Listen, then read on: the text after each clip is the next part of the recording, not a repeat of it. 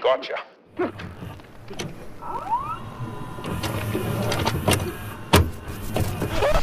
Dear Dr. Peterson, recently we have watched you say this on Joe Rogan.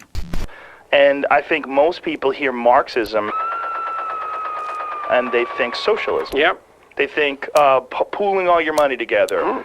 Making things more even for people. Yeah, like they are in Venezuela. Everybody has an equal chance to starve to death. So you know how the Venezuelan government solved the problem of kids starving to death in hospitals?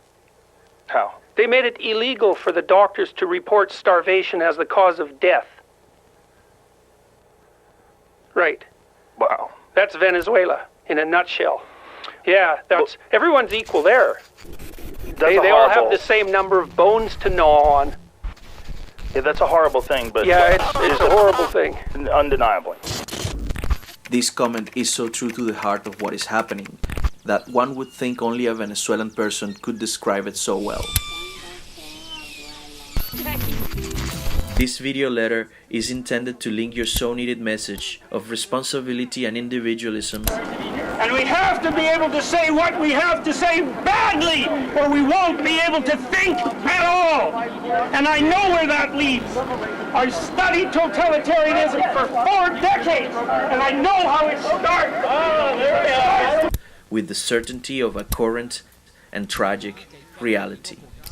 Si Venezuela fuera sumida en el caos y la violencia y fuera destruida la revolución bolivariana, nosotros iríamos al combate. Nosotros jamás nos rendiríamos.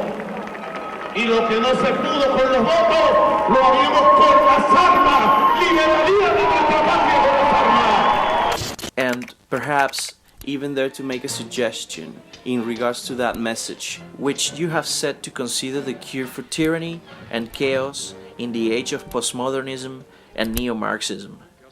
The answer to the problem of humanity is the integrity of the individual. That's the answer. And states that are predicated on that realization are healthy. And states that aren't are doomed to stagnation and catastrophic collapse.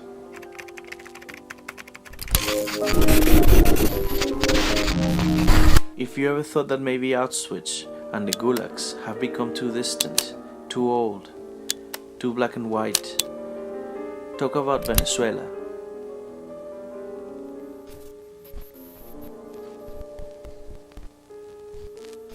And do it often.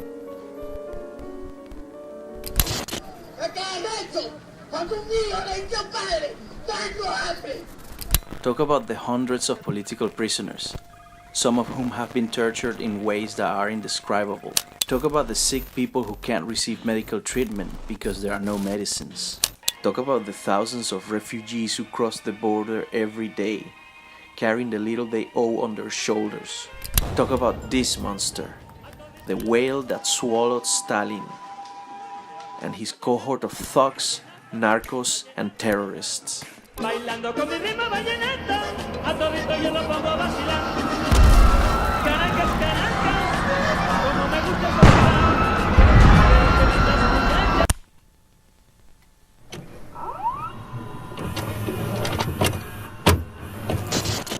But it seemed to me, as I delved into it, that the proper solution to that was to live properly as an individual, because you're more powerful than you think. Way more powerful than you think. I mean, God only knows what you are in the final analysis. You're blind to your own weaknesses, but you're also blind to your own strengths.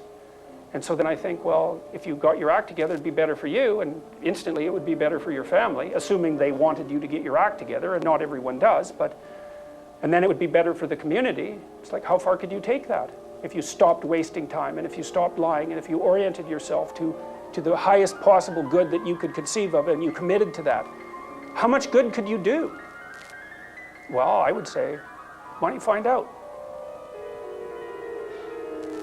So that's what I think you should do. You should find out.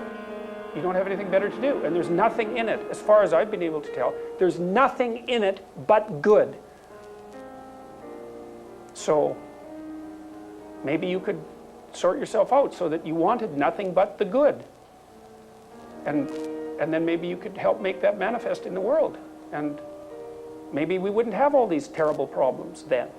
At least we'd have fewer of them, and that would be a start. Finally, a few questions. How do you ask yourself to fight for your freedom when the price to pay is your own life? How do you ask others to fight for theirs without sounding hypocritical? How do you get out of stagnation and fear? Thank you so much for what you're doing. It's important. I hope to hear from you soon. Yours sincerely, Santos L.